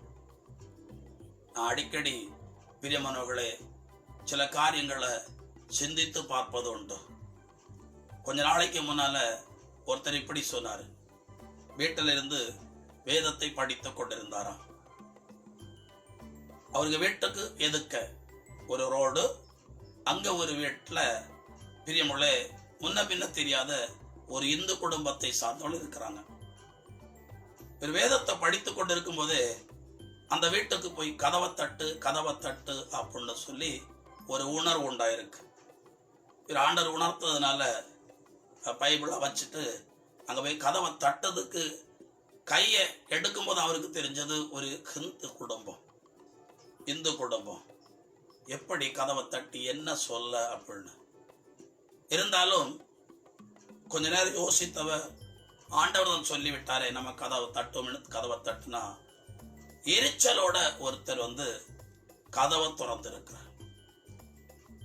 இவர் சொன்னாராம், நீங்க யாரு என்ன செய்கிறீங்க எதுவும் எனக்கு தெரியாது, ஆனா கர்த்தராகிய தேவன் உங்களை நேசிக்கிறார், உங்களை அவர் நேசிக்கிறார், உங்க எந்த சூழ்நிலை இருந்தாலும் அதை மாற்றுவதற்கு ஒரு போதுமானவர் அப்படின்னு சொன்னா வீட்டுக்குள்ள வாங்க அப்படின்னு அவர் கூப்பிட்டாராம். அதுவரைக்கும் அவரு அப்படிப்பட்ட கிறிஸ்தவர்களை ஏற்றுக்கொள்ளாத மனுஷன். இப்ப ஏற்றுக்கொள்ள காரணம் என்ன தெரியுமா? வாழ்க்கையில வெறுப்படைந்து தன்னுடைய வீட்டு ஹால்ல தொங்கிக் கொண்டிருந்த ஃபேன்ல தன் வாழ்க்கையை முடித்துக் கொள்வதற்காக கயிறு போட்டு கொண்டிருந்திருக்கிறார். என்ன காரணம்னு கேட்டா, வியாபாரத்துல நஷ்டம், கடன் பெருகி போச்சு, மனைவி அதனால என்னை விட்டு போய்விட்டான், பிள்ளைகளையும் கொண்டு போய்விட்டான். இப்ப நான் தனி மரம், கடன் அடைக்க வழி இல்லை, இனி ஒரு தொழில் செய்யவும் என்னிடத்துல பணம் இல்லை. ஆனா நீங்க சொன்னீங்க பாருங்க, ஆண்டவர் என்னை நேசிக்கிறாருன்னு சொல்லி, அதனால நான் அந்த ஆண்டவருக்கு என்னை ஒப்பு கொடுக்கிறேன்னு சொல்லி ஆண்டவருக்கு ஒப்பு கொடுத்திருக்கிறான். கொஞ்ச நாள்ல அவர் ஒரு சபையில கொண்டு போய் அவரை கிறிஸ்தவரா ஞான ஸ்நானம் எடுத்து சபை விசுவாசியாக்கி வசனங்களை கேட்க தொடங்கின போது, எங்கேயோ கொஞ்சம் வருஷத்துக்கு முன்னால பழக்கமுள்ள ஒரு நண்பர் அவரை பார்க்க வந்திருக்கிறார்.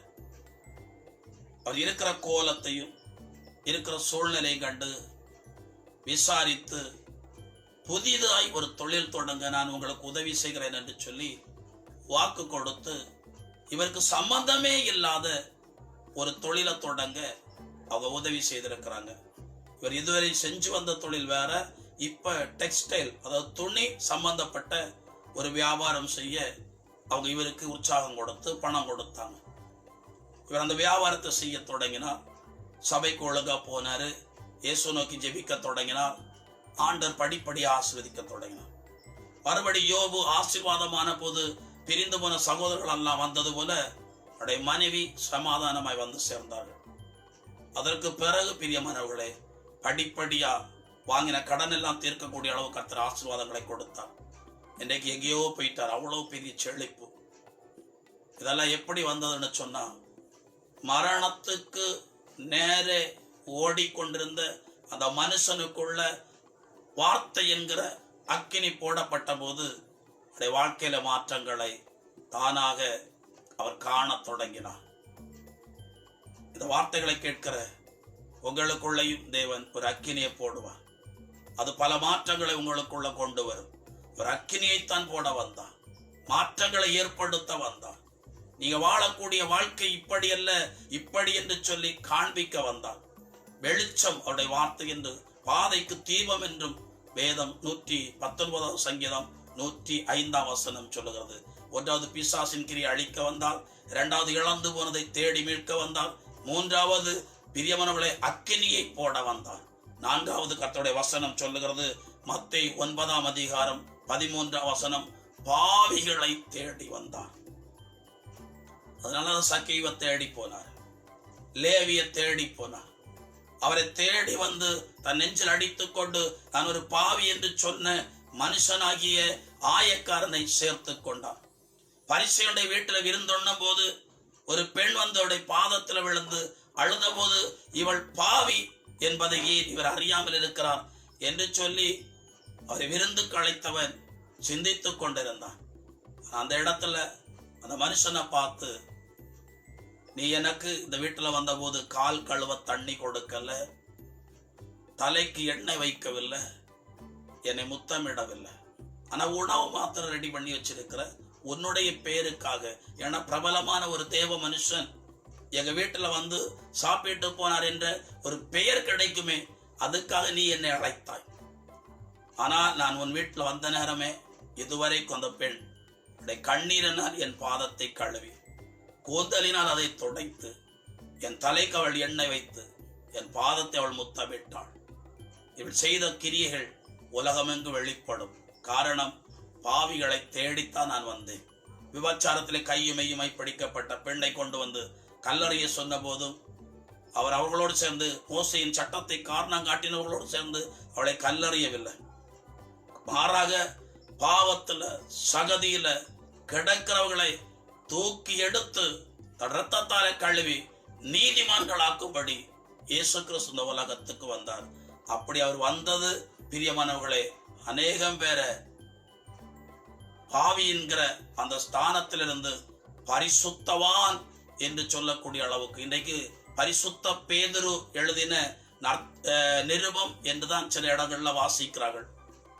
ஏன் அவர் பரிசுத்தரானார்?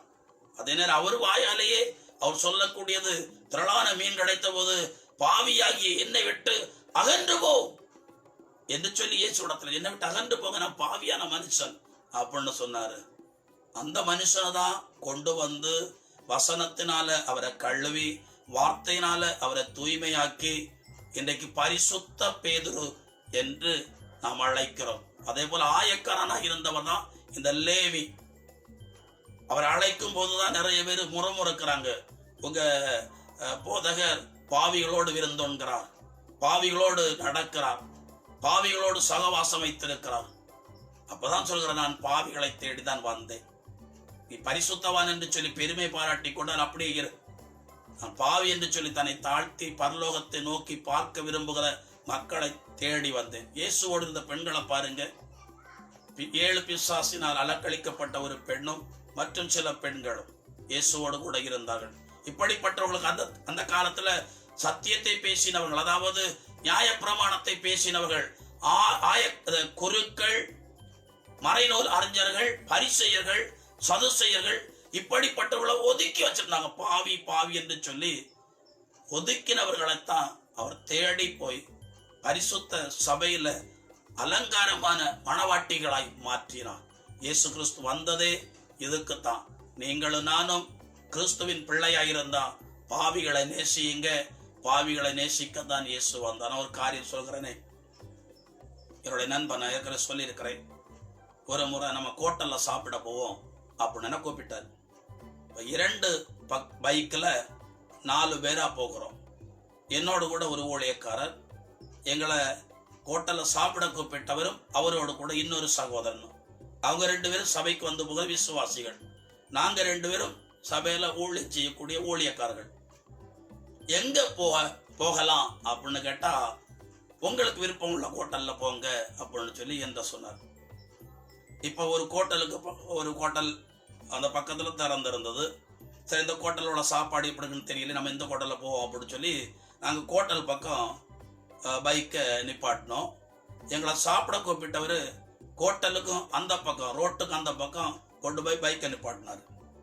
நாங்கள் 2 பேரும் உள்ள போய் உட்காந்து கையெல்லாம் கழுவி சாப்பாடுக்கு ஆர்டர் பண்ணலாம்னு நினைக்கிறோம்.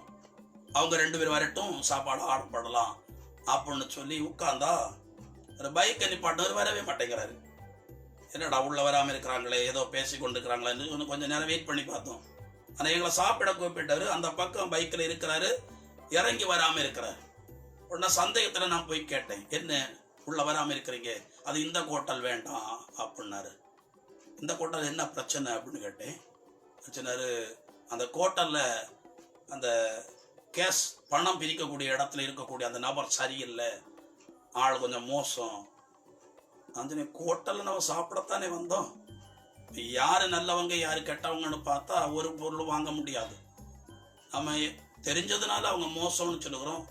நம்ம சாப்பிட வந்திருக்கிறோம், பரிமாற போறதுக்கு இன்னொருத்தர், சமைக்கிறது வேற ஒருத்தர், அவங்க காசு வாங்குற இடத்துல தான் அவங்க இருக்கிறாங்க. இதெல்லாம் பார்த்தா எப்படி? இல்லை இந்த ஹோட்டல் வேண்டவே வேண்டாம். நான் சொன்னேன், இயேசு யாரையுமே பாவி என்று ஒதுக்கல்ல, எல்லாரையும் பாவிகளை தான் தேடி போனாரு. நம்ம பரிசுத்தவான் என்று சொல்லிக் கொண்டாலும், நம்ம சபை விசுவாசி என்று சொல்லிக் கொண்டாலும், நம்ம ஊழியக்காரன் என்று சொல்லிக் கொண்டாலும், நம்ம இடத்துல பாக பிரிவினை இருக்கிறது. பாவி அல்லது ஏழை அல்லது படிக்காதவன் என்கிற பாகுபாடு நம்ம இடத்துல இருக்கிறது. இதுல நம்மளை விட இன்னும் ஒரு சிலர் இருக்கிறாங்க, கொஞ்சம் நம்மளை விட கொஞ்சம் மேல. அவங்க என்ன பண்ணுவாங்கன்னா, அவங்க போகிற சபையை தவிர மற்ற எந்த சபையில போறவங்க கூட சரியா பழகவே மாட்டாங்க, சரியா பேசவே மாட்டாங்க. கேட்டா நீங்க ரட்சிக்கப்படாத சபையில் இருக்கிறீங்க, ரட்சிப்பின் அனுபவம் இல்லாத சபையில் ஒதுக்குறாங்க.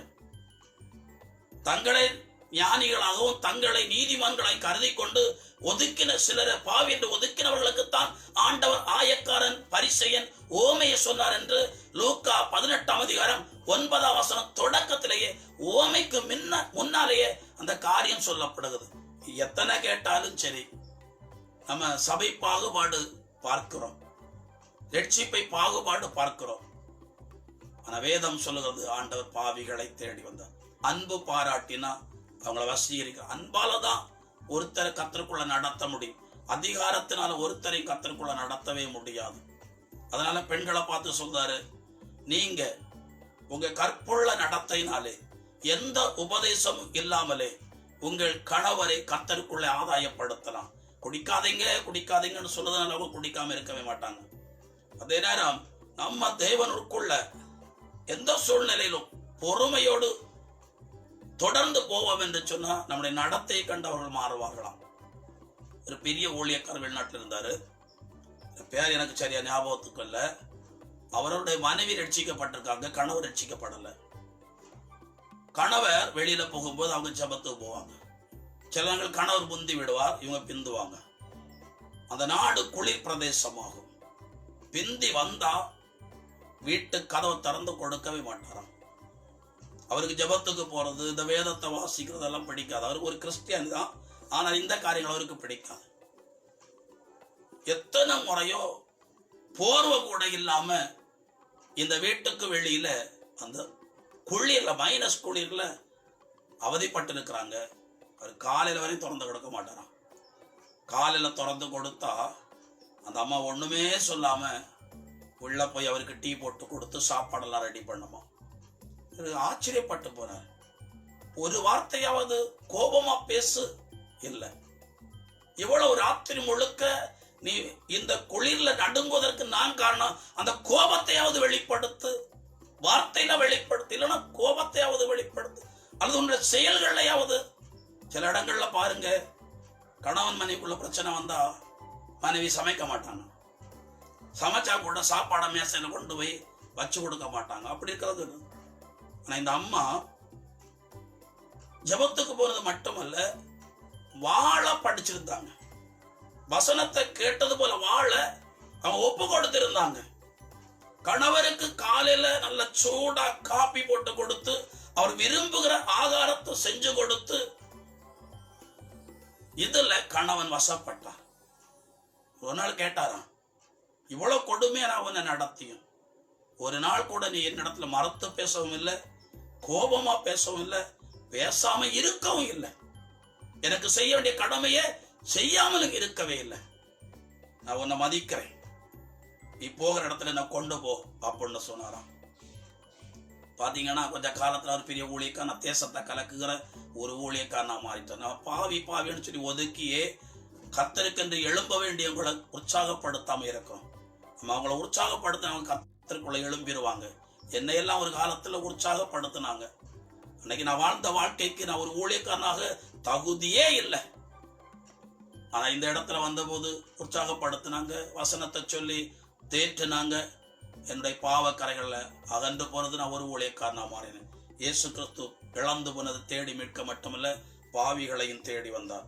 5வது வேதம் சொல்றது, பிரியமானவர்களே, யோவான் 18ஆம் அதிகாரம் 37ஆம் வசனத்துல சத்தியத்தை அறிவிப்பதற்காக அவர் வந்தாராம். எது சத்தியம் என்று கேட்டால், பிரியமானவர்களே, நாம் சில காரியங்களை வைராக்கியமாய் பிடித்திருக்கிறோம். எங்கள் மூதாதையர் கற்பித்து தந்தது, எங்களுக்கு இவர்கள் கற்பித்து தந்தது என்று சொல்லி அது ஒருவேளை சத்தியம் இல்லாமல் போகும். ஏன்னா வேதம் சொல்றது, பாவத்தை பரிசுத்தாவியர் உங்களிடத்தில் வரும்போது பாவத்தை குறித்தும் நீதியை குறித்தும் நியாய தீர்ப்பை குறித்தும் உங்களுக்கு அவர் பேசுவார், போதிப்பார் என்று யோவான் 16ஆம் அதிகாரம் 8 முதல் 11 வரை உள்ள வசனம் சொல்றது. அதுல பாவத்தை குறித்து நீங்கள் நினைக்கிறதல்ல பாவம், அது வேற. நம்ம ஊர்ல ஒரு உதாரணம் சொல்கிறேன், உங்களுக்கு புரியும். இப்ப ஒரு நபர் பைக்ல போறாரு, எதிர்பாராம ஒரு விபத்து நடக்கு, கீழே விழுகிறார். நம்ம வாயிலிருந்து முதல்ல வரக்கூடிய வார்த்தை என்ன தெரியுமா? ஐயோ பாவம், விபத்து ஏற்பட்டு விட்டது, கால் ஒடிந்து விட்டது. சிலர் கஷ்டப்படுவாங்க, நம்ம வாயிலிருந்து வரக்கூடிய வார்த்தை என்ன தெரியுமா? ஐயோ பாவம், நல்லா கஷ்டப்படுகிறான். பாவத்தை நம்ம எதாக்குகிறோம்? பரிதாபப்படுகிறோம். ஒருத்தன் கஷ்டப்பட்டா அது பாவம் என்று சொல்றோம். பாவம் என்பது அதல்ல. பாவம் என்பது தேவனுடைய கட்டளையை மீறி நடப்பது, தீய குணங்கள், இவைகள் தான் பாவம். பாவத்தின் வீரியத்தை நம்ம குறைச்சாச்சு. எப்படி? விழுந்த ஐயோ பாவம், நின்னா ஐயோ பாவம், அடிக்கடி வியாதி வந்த ஐயோ பாவம். பாவம் அதல்ல. பாவம் சரீரத்துக்கு கேடு உண்டாகிற, தேவனுடைய ராஜ்யத்துக்கு போவதற்கு தடை செய்கிற இச்சையான காரியங்கள்ல விழுந்து கிடக்கிற, தீமை இருந்து எழும்ப முடியும், அதுதான் பாவம். அது நமக்கு நம்முடைய சிந்தனையில இப்ப அது பாவமா தெரியல, விழுந்தா பாவமா தெரியுது, தொழில முன்னேற்றம் இல்லைன்னா பாவமா தெரியுது. நம்ம பாவம் என்று வாய் கொண்டு சொல்லுகிறோம். ஆனா வேதம் சொல்றது, சத்தியத்தை அறிவிக்கிற சத்தியம் உங்களை விடுதலையாக்கும். நானும் 28 வருஷம் வரைக்கும் திருப்பள்ளிக்கு கோவிலுக்கெல்லாம் போய் கொண்டு வந்தேன். இப்பொழுதும் திருப்பள்ளிக்கும் கோவிலுக்கெல்லாம் போகிறேன்.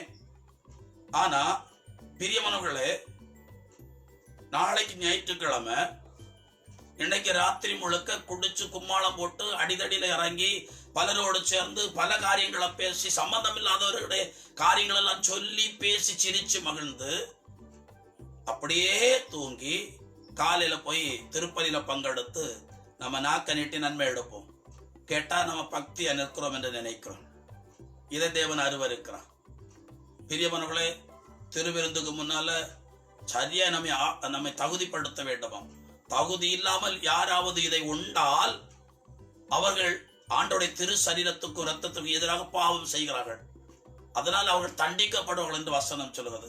நம்மில அநேகம் பேர் பலவீனராக இருப்பதற்கு காரணமே கர்த்தருடைய பந்தியே நம்ம சரியான முறையில பரிசுத்தமாய் அனுசரிக்கவில்லை என்று சொல்லிதான் 1 பேதுரு 1 கொரிந்தியர் 10ஆம் அதிகாரத்துல 11ஆம் அதிகாரத்துல 21, 22க்கு பிறகு உள்ள வசனங்கள் சொல்லுகிறது. சத்தியம் என்பது பிரியமானவர்களே வேதத்தில் இருக்கிற எல்லா காரியங்களும் தான். இதை சரியா கடைபிடிச்சோன்னு சொன்னா நாம் சத்தியத்தை கரெக்டா ஃபாலோ பண்ணுகிறோம் என்ற அர்த்தம். சத்தியத்தை அறிவீர்கள், சத்தியம் உங்களை விடுதலையாக்கும். இந்த சத்தியத்தை போதிக்கத்தான் கர்த்தராகிய இயேசு கிறிஸ்து இந்த உலகத்திற்கு வந்தார்.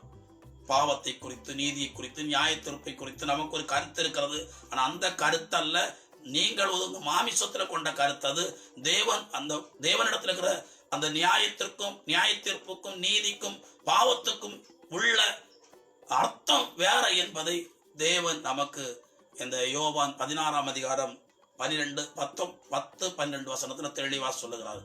சத்தியத்தை அறிவிக்க வந்தார். அதுவரைக்கும் பிரியவனோட திருச்சட்டத்தை கடைபிடிச்சா போதும் அப்படிங்கிற ஒரு மனநிலையோட தான் இந்த பரிசைகள் இருந்தாங்க. ஆனா அந்த 10 கட்டளையையும் ஆண்டவர் சுருக்கி 2 கட்டளையா சொல்லுகிறாரு. முதல்ல கடவுளை நேசி, 2வது ஒன்ன நேசிக்கிறது போல பிறரை நேசி. இந்த 2ஐயும் செஞ்சாதான் நீ தேவனுடைய ராஜ்யத்துக்குள்ள போவ. இதுதான் சத்தியம். ஒருத்த வந்து நிற்கிறான், நான் முடிவில்லாத வாழ்வை பெற்றுக்கொள்ள என்ன நன்மை செய்ய வேண்டும்? ஆண்டவர் சொல்லுகிறார், நீ திருச்சட்டத்தை கடைபிடி. திருச்சட்டத்தை சின்ன வயசுல இருந்தே கடைபிடிக்கிறேன். அப்படியா?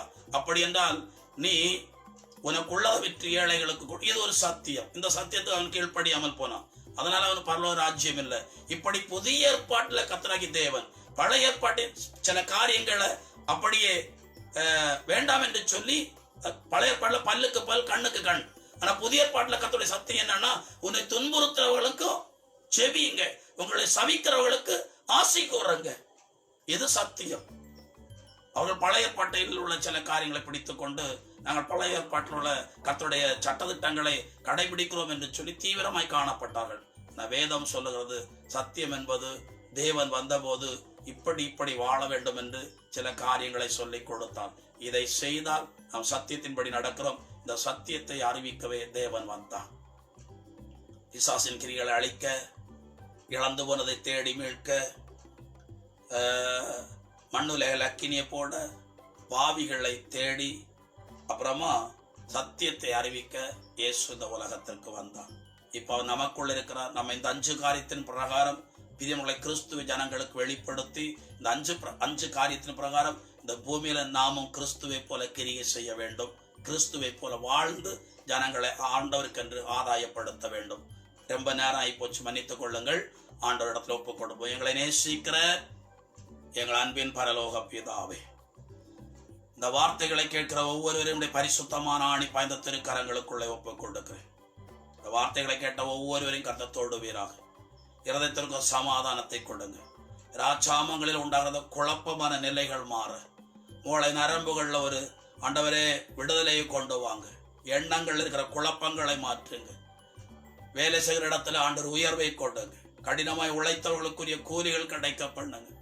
இவங்களுக்கு விரோதமாக இருக்கிற சாபத்தின் நுகங்கள் முறைக்கப்படட்டும். கர்த்தராகிய தேவன் இவர்களுக்கு நல்ல ஆயுளை ஆரோக்கியத்தையும் கொடுங்க. 128வது திருப்பாடல் 6வது வசனத்தின்படி இவள் பிள்ளைகளின் பிள்ளைகளை காணும்படியான ஆயுளும் ஆரோக்கியமும் இந்த வசனத்தின் பிரகாரம் இவர்களுக்கு உண்டாவதாக என்று செபிக்கிறேன். கர்த்தர்களை ஆசீர்வதித்து உயர்த்து. அப்படி செய்கிறதா ஸ்தோத்திரம். இயேசு கிறிஸ்துவின் பரிசுத்தமுள்ள நாமத்தினால் ஜெபிக்கிறேன். ஜெபங்களும் ஜீவன் உள்ள நல்ல பிதாவே, ஆமென். God bless you.